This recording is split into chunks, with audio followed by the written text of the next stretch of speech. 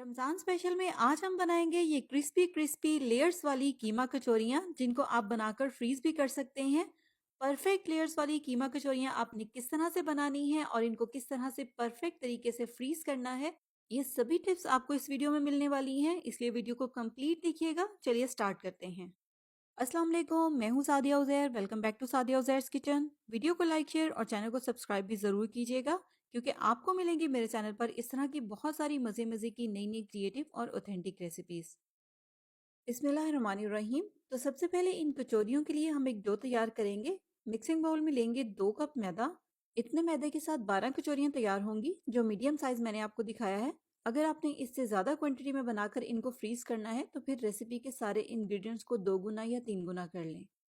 इस मैदे में आप शामिल करेंगे 1 चाय का चम्मच नमक और 2 खाने के चम्मच घी। घी की जगह पर आप चाहें तो आप ऑयल का भी इस्तेमाल कर सकते हैं।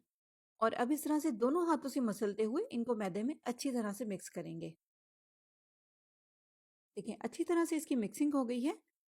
अब इसमें हमने ज़रूरत के मुताबिक थोड़ा थोड़ा करके पानी शामिल करना है और इसकी एक सख्त डो तैयार करनी है। डो को हमने सॉफ्ट या मीडियम सॉफ्ट वगैरह नहीं रखना, हार्ड रखना है। अगर डो सॉफ्ट होगी तो फिर जब हम कचौरियों को शेप देंगे या उसकी लेयर्स बनाएंगे तब प्रॉब्लम होगी, उसको हैंडल करना मुश्किल होगा।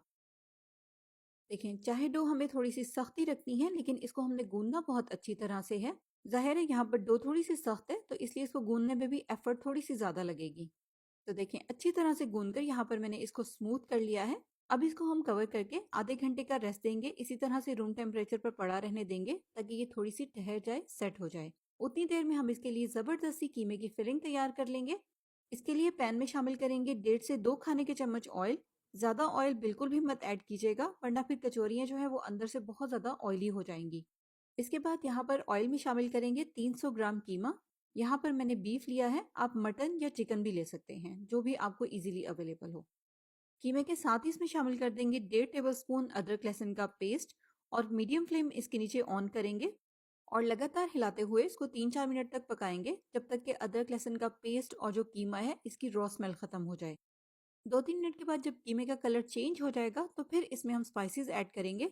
सबसे पहले इसमें शामिल करेंगे 1 चाय का चम्मच भुना और कुटा हुआ जीरा, 1 चाय का चम्मच या हस्बे जायका नमक, आधा चाय का चम्मच हल्दी पाउडर, 1.5 चाय का चम्मच कुटी हुई लाल मिर्च और 1 चाय का चम्मच इसमें शामिल करेंगे भुना और कुटा हुआ धनिया। यहाँ पर मैंने इसमें थोड़े से माइल्ड स्पाइसेस रखे हैं, लेकिन अगर आप चाहें तो आप अपने टेस्ट के मुताबिक ज़्यादा स्पाइसेस भी ऐड कर सकते हैं। जैसे कि अगर आप गरम मसाला या काली मिर्च वगैरह ऐड करना चाहें तो आप वो भी ऐड कर सकते हैं। बस एक बार इन सारे स्पाइसेस को कीमे के साथ अच्छी तरह से मिक्स कर लेंगे। फिर इसमें हम शामिल करेंगे 1 कप पानी। दोबारा से मिक्स कर लेंगे। अब इसको हम कवर करेंगे और फ्लेम को इसके नीचे बिल्कुल हल्का कर देंगे, जैसे कि दम वाली आंच होती है।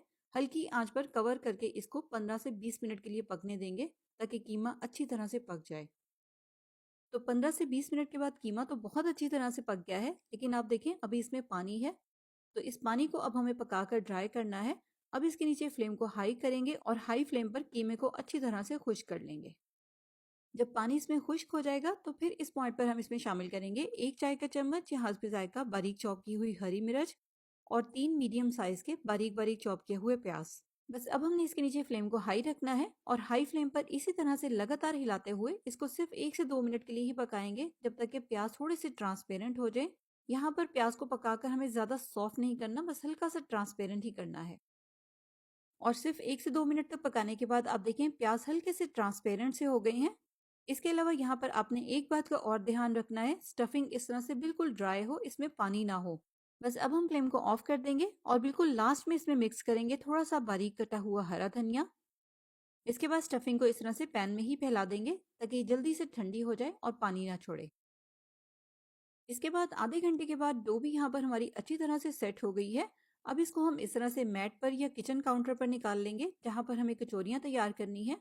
ज़रूरत हो तो आप इसके ऊपर थोड़ा सा मैदा भी टच कर लें। अब जैसे कि आपने देख ही लिया है, इस सारी डो की कटिंग करके इसको हम 6 एक जैसे पोर्शंस में डिवाइड कर लेंगे, क्योंकि इससे हमें 6 एक जैसे पेड़े तैयार करने हैं। पेड़ों का साइज आप सेम एक जैसा रखें, ताकि फिर जो हमारी कचौरियाँ तैयार हों वो भी एक ही साइज की तैयार हों। अगर आपके पास किचन स्केल है तो हर पेड़े का वेट करने के लिए आप किचन स्केल का भी इस्तेमाल कर सकते हैं। तो पेड़े तैयार करने के बाद अब इनको हम 10 मिनट का रेस्ट देंगे ताकि पेड़े ठहर जाएं। फिर इससे हम कचौरियाँ तैयार करेंगे। तो 10 मिनट के रेस्ट के बाद जो सबसे पहला पेड़ा हमने तैयार किया था, कचौरियों को शेप देना भी उसी पेड़े से स्टार्ट करेंगे। बाकी पेड़ों को हमें अच्छी तरह से कवर करके रखना है ताकि वो ड्राई ना हो। अब जो हमने कचौरी बनाने के लिए पेड़ा लिया है, सबसे पहले उसके ऊपर अच्छी तरह से खुश्क मैदा लगाएंगे और फिर उसके बाद इसको बेलन की मदद से बिल्कुल बारीक बेल लेंगे। यहाँ पर जितना मुमकिन हो आप इसको बारीक बेलें ताकि जो हमारी कचौरियों की लेयर्स हैं वो बिल्कुल बारीक बने। तो यहाँ पर आप देखिए इसको मैंने कितना बारीक बेला है।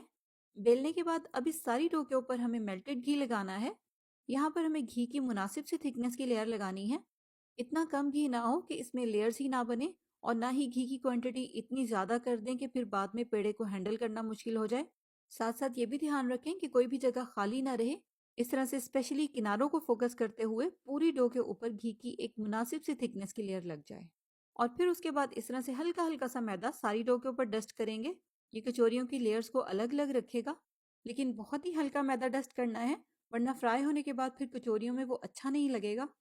इसके बाद अब इस डो को हम इस तरह से दो साइडों से फोल्ड करेंगे और फिर इसके ऊपर भी हमने घी लगाना है, सेम पहले की तरह इवन सी मुनासिब सी थिकनेस की लेयर।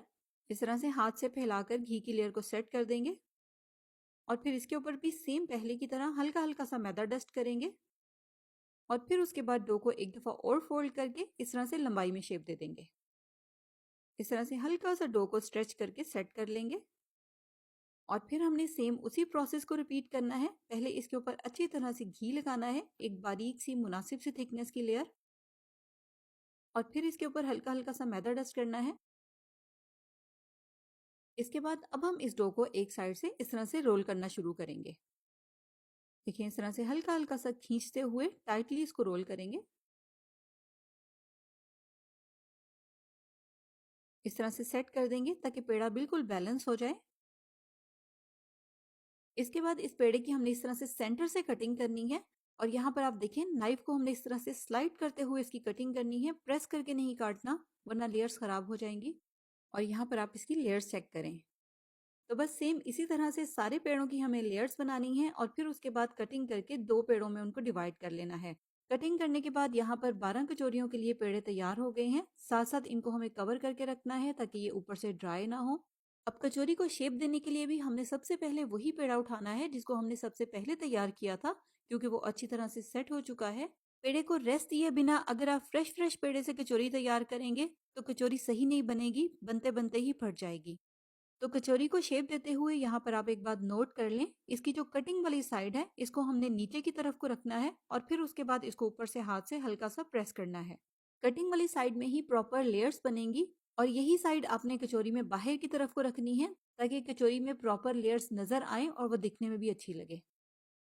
इसके बाद बेलन की मदद से बहुत हल्के हाथों से इसको बेल लेंगे। बहुत हल्का सा बेलना है और बेलते हुए किनारों को ज्यादा फोकस करना है, सेंटर से इसकी लेयर्स खराब नहीं करनी। अब फिलिंग करने के बाद कचौरी की अच्छी तरह से बाइंडिंग हो तो इसलिए इसके किनारों पर हम इस तरह से हल्का हल्का सा पानी अप्लाई करेंगे। बहुत ज़्यादा भी पानी नहीं लगाना, बस इतना पानी ही लगाना है कि डो यहाँ से अच्छी तरह से स्टिकी हो जाए। जब हम कचौरी को बंद करें या बाइंड करें तो अच्छी तरह से ये चिपक जाए। पानी लगाने के बाद मुनासिब सी क्वांटिटी में सेंटर में कीमे की फिलिंग रखेंगे और फिर इस तरह से कचौरी को बंद कर देंगे। कचौरी हर तरफ से अच्छी तरह से बाइंड हो जाए, मेक श्योर कर लें वरना फ्राई करते हुए ये खुल सकती है। देखें इस तरह से ऊपर से सारी डो को अच्छी तरह से पिंच करके बंद करें और ऊपर जितनी भी ये एक्स्ट्रा डो है इसको इस तरह से ट्विस्ट करके इसके ऊपर ही फोल्ड करके इसके साथ स्टिक कर दें। देखिए यहाँ पर हमारी एक कचौरी तैयार हो गई है और सारी कचौरियाँ हमने सेम इसी तरीके से तैयार करनी है। अब इस पॉइंट पर आप इनको फ्रीज भी कर सकते हैं और फ्रीज करने के लिए इस तरह से आप कोई भी बड़े साइज की ट्रे लें। ट्रे में पहले प्लास्टिक शीट या प्लास्टिक के साफ शॉपर को काट कर बिछा दें ताकि कचौरियाँ ट्रे के साथ स्टिक ना हो। फिर उस प्लास्टिक शीट के ऊपर कचौरियों को फैलाकर रखें और उनको फ्रीजर में रख दें। जब कचौरियाँ अच्छी तरह से जम जाएं, फ्रीज हो जाएं, तो फिर आप उनको किसी भी जिपलॉक बैग में या एयर टाइट डब्बे में डालकर फ्रीजर में ही स्टोर कर लें। अब इनको फ्राई करने के लिए जो इसकी जोड़ वाली साइड है उसको हमें इस तरह से नीचे की तरफ को रखना है। इसके अलावा ये भी ध्यान रखना है कि ऑयल हल्का सा गर्म हो, ज्यादा तेज गर्म ना हो। कचौरियां शामिल करने के बाद आपने इसको फौरन से नहीं हिलाना। फ्लेम आप इसके नीचे मीडियम लो रखें। थोड़ी सी देर के बाद जब कचौरियां इस तरह से ऑयल की सरफेस पर आ जाएंगी तो फिर उसके बाद हम इनकी साइड को चेंज कर देंगे। बस अब हमने इनको गोल्डन ब्राउन और क्रिस्पी होने तक फ्राई करना है दोनों साइडों से। बार बार इनको पलटना भी नहीं है वरना इनकी लेयर्स खराब होंगी। जब एक साइड पर अच्छा सा कलर आ जाएगा तो फिर उसके बाद हम इनकी साइड को चेंज करेंगे। फ्राई करने के बाद आप इसको सिर्फ 5-10 मिनट के लिए टिश्यू पेपर पर रखें ताकि एक्स्ट्रा ऑयल को टिश्यू पेपर एब्जॉर्ब कर ले। लेकिन 5 से 10 मिनट के बाद आप इसको टिश्यू पेपर के ऊपर से उठा लें, क्योंकि ज्यादा देर अगर टिश्यू पेपर पर पड़ी रहेंगी तो सॉफ्ट हो जाएंगी, क्रिस्पी नहीं रहेंगी। देखिए कितनी क्रिस्पी क्रिस्पी परफेक्ट लेयर्स वाली कचौरियाँ तैयार हुई हैं। अगर आप भी सेम इसी तरह का रिजल्ट चाहते हैं तो आपने उन सारी टिप्स को फॉलो करना है जो भी इस वीडियो में मैंने आपके साथ शेयर की हैं। तो इसी तरह की और भी मज़े मज़े की रेसिपीज देखने के लिए आप मेरे यूट्यूब चैनल का विजिट करें। आपको मेरे चैनल पर ढेरों ऐसी रेसिपीज देखने को मिलेंगी जो कि यकीनन आपको इसी तरह बहुत पसंद भी आएंगी। नई रेसिपीज के लिए चैनल को सब्सक्राइब करके नोटिफिकेशंस भी जरूर ऑन कर लें। जाते जाते लाइक शेयर सब्सक्राइब और कमेंट जरूर कीजिएगा। रेसिपी कैसी लगी कमेंट में जरूर बताइएगा। अपना बहुत सा ख्याल रखिएगा, दुआओं में याद रखिएगा। Thank you for watching. Allah Hafiz.